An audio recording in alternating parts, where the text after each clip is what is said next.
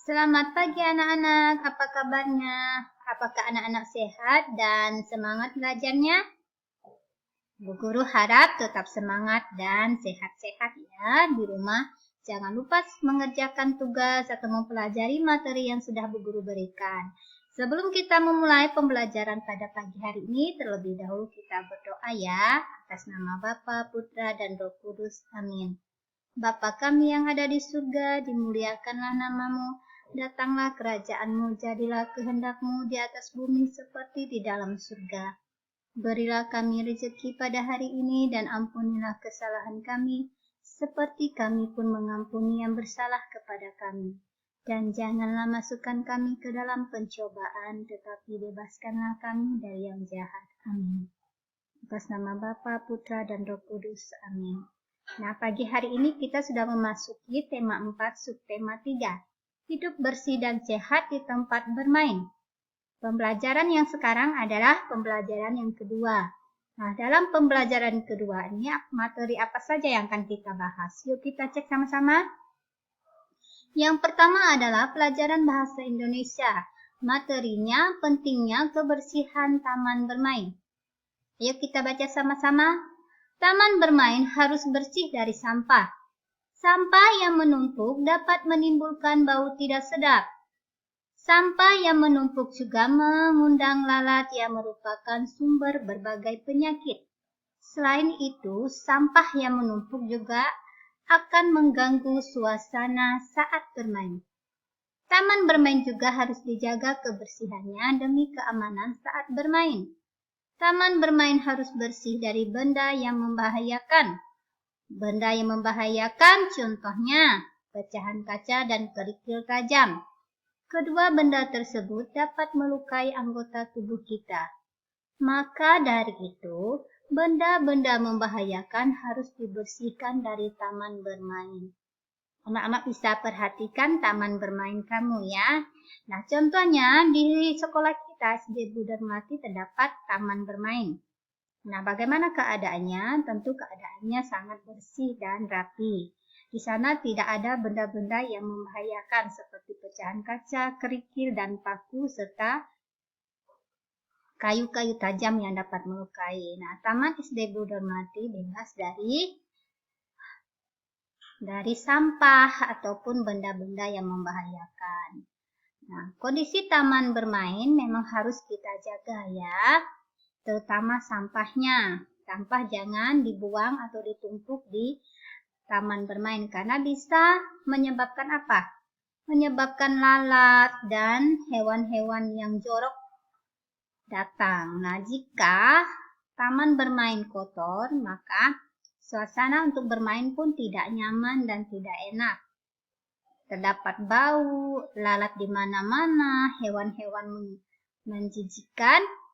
Ada ya hewan-hewan menjijikkan yaitu tadi seperti lalat, kecoa. Nah, itu hewan yang membawa penyakit. Nah, jika hewan-hewan itu banyak terdapat di tempat bermain atau di tempat lain, menandakan tempat itu tidak baik untuk ditinggali atau untuk bermain. Karena menjadi sarang hewan-hewan pembawa penyakit. Nah, itu ya hewan-hewan yang merugikan. Jadi, setiap tempat bermain, rumah, taman, harus kita jaga kebersihannya. Anak-anak juga bisa perhatikan rumah kamu, ruang tamu, dapur, kamar mandi. Nah, bisa perhatikan kebersihannya ya. Sekarang pelajaran PJOK, gerak kelenturan tubuh. Sebelum berolahraga, kita harus melakukan pemanasan. Pemanasan bertujuan untuk melenturkan tubuh. Tubuh yang lentur dapat terhindar dari cedera. Gerak melenturkan tubuh dapat dilakukan dalam bentuk permainan. Contohnya yaitu mengoper bola ke belakang. Berikut cara melakukan gerak mengoper bola. 1. Buatlah kelompok dengan beberapa temanmu. 2. Tiap kelompok membentuk barisan ke belakang. 3. Anggota kelompok paling depan memegang bola dengan kedua tangan. 4. Operkan bola ke belakang melalui atas kepala. 5. Lakukan operan tersebut tanpa membalikkan badan. 6. Pemenangnya adalah kelompok yang paling cepat mengoper bola ke belakang. Anak-anak bisa perhatikan gambarnya di halaman 62 ya. Nah, gerakan melunturkan tubuh itu badanmu condong ke belakang untuk mengoper bola. Untuk mengoper bola ke teman. Nah, ini contoh gerakan mengoper bola. Yang ini yang tengah ya. Ini mengoper bola ke belakang. Nah, kamu perhatikan. Ini ada yang ke depan, ke belakang. Nah, itu cara untuk gerakan kelenturan tubuh. Permainan ini dilakukan secara berkelompok. Di rumah juga anak-anak bisa mempraktekkannya dengan saudara, abang, kakak, atau adik ya. Permainan ini sangat sederhana, bisa dilakukan di mana saja. Lalu pelajaran berikutnya adalah PPKN. Materinya sikap untuk mewujudkan persatuan dalam keragaman. Saat melakukan permainan beregu, dibutuhkan kerjasama di antara anggota kelompok. Dengan kerjasama yang baik, permainan akan berjalan lancar. Strategi dalam permainan pun dapat diterapkan dengan baik. Kerjasama yang baik juga akan mempererat persahabatan. Makin erat persahabatan di antara siswa, makin kuat pula persatuan di antara mereka. Kerjasama yang baik patut untuk ditiru. Kerjasama adalah wujud persatuan. Nah, dalam permainan beregu dibutuhkan apa? Kerjasama. Anak-anak sebutkan contoh permainan yang memerlukan kekompakan atau kerjasama. Seperti permainan sepak bola, apalagi basket, permainan apa lagi? Permainan kasti dan permainan tarik tambang. Itu adalah permainan memerlukan kerjasama dan kekompakan beregu. Nah, jika dalam permainan tersebut tidak dilakukan dengan kerjasama yang baik, maka kelompokmu akan kalah dengan kelompok yang lain seperti itu ya. Nah, begitu juga di dalam kelas 2C. Terdapat bermacam-macam keragaman, ada yang berbeda budaya, bahasa, dan agama.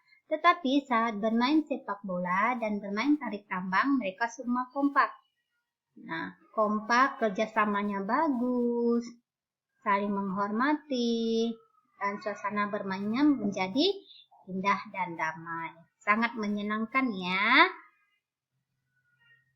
Nah, sekarang ada tugas mandiri untuk kamu. Nomor 1, bagaimana kondisi taman rumahmu? Apakah bersih dan rapi? Nomor 2, jika halaman rumah kotor, maka harus segera di titik-titik. Apa yang kita lakukan sebelum berolahraga? Nah, apa yang kamu lakukan sebelum berolahraga? Lalu yang keempat, setelah berolahraga, kita harus melakukan titik-titik. Nah, setelah berolahraga, apa lagi kita lakukan? Lalu nomor 5, apa saja keberagaman yang ada di kelas 2C? Nah, kamu sebutkan keberagaman apa saja yang terdapat di kelas 2C ya. Oke, sampai di sini materi kita pada pagi hari ini. Sebelum kita mengakhiri pelajaran hari ini, terlebih dahulu kita berdoa. Atas nama Bapa, Putra, dan Roh Kudus. Amin. Salam Maria, penuh rahmat Tuhan sertamu.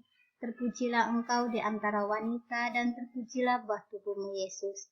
Santa Maria, Bunda Allah, doakanlah kami yang berdosa ini, sekarang dan waktu kami mati. Amin. Atas nama Bapa, Putra, dan Roh Kudus. Amin.